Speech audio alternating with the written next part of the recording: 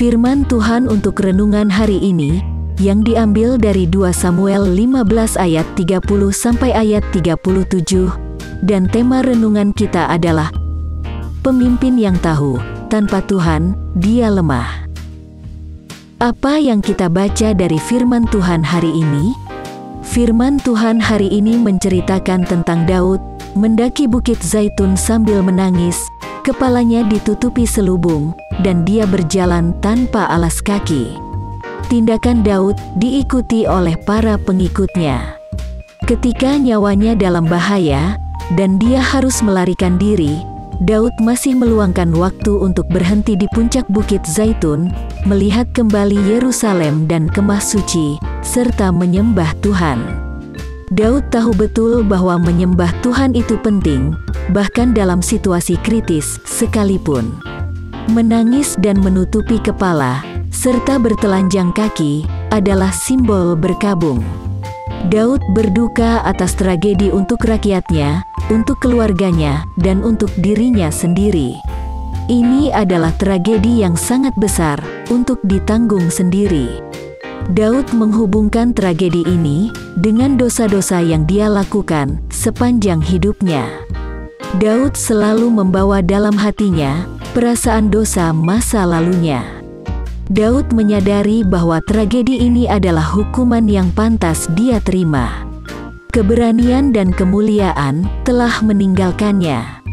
Dalam menghadapi saat-saat kritis, Daud selalu meminta pendapat Tuhan, kecuali ketika dia melakukan perzinahan dengan Batsyeba dan secara tidak langsung membunuh Uria.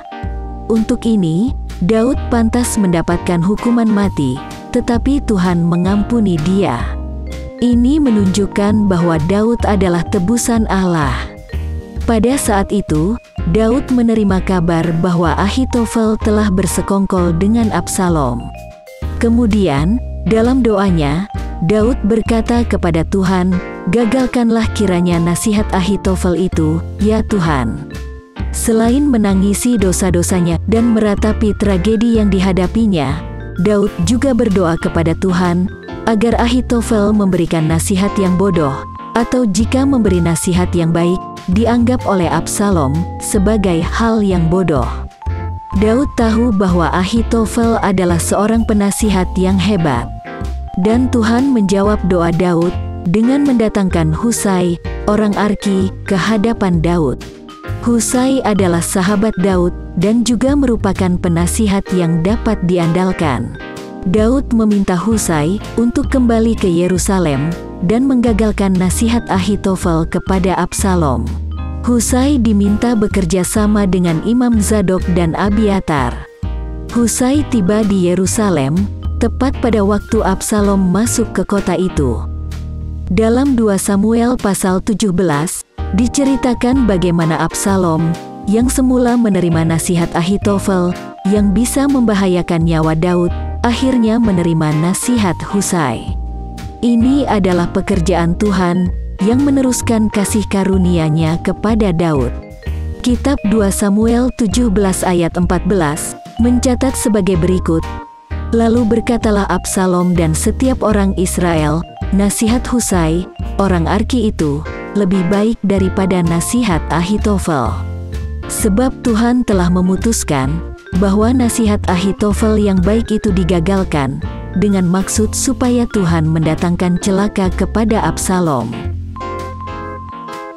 Apa pesan Tuhan melalui firman-Nya bagi kita? Tuhan mengingatkan kita, bagaimana Yesus, setelah perjamuan terakhir, pergi ke Taman Getsemani untuk berdoa. Pada dasarnya, Yesus menelusuri langkah yang sama dari Daud, yang mendaki Bukit Zaitun untuk berdoa. Baik Daud maupun Yesus, sama-sama berduka dan menderita karena dosa. Bedanya, Yesus menderita karena dosa kita, sedangkan Daud menderita karena dosanya sendiri.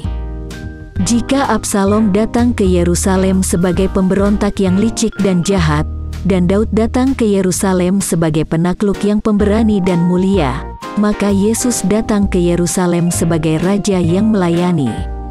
Baca Matius 21 ayat 4 sampai ayat 10. Kisah Absalom yang memberontak dan Daud yang mengalah menggambarkan pemberontakan kita melawan Tuhan, dan Tuhan membawa dosa pemberontakan kita itu untuk dipakukan di kayu salib.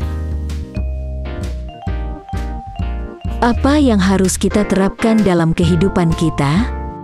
Ketika kita mengalami penolakan atau tragedi dalam hidup kita perlu introspeksi diri.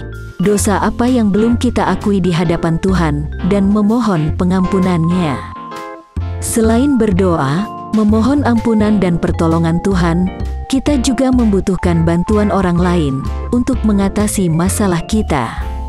Tentu saja, orang itu adalah orang yang diutus oleh Allah untuk membantu kita. Doa hari ini. Tuhan Yesus, berilah kami hati yang peka terhadap setiap masalah dalam hidup kami, dan sadar akan hubungannya dengan dosa-dosa kami di masa lalu. Oleh karena itu ampunilah dosa-dosa kami.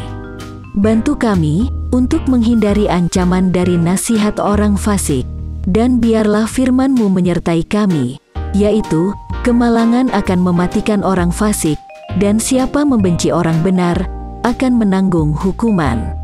Sebaliknya, tuntunlah kami untuk tidak berjalan menurut nasihat orang fasik, yang tidak berada di jalan orang berdosa, dan yang tidak duduk dalam kelompok pencemooh. Amin.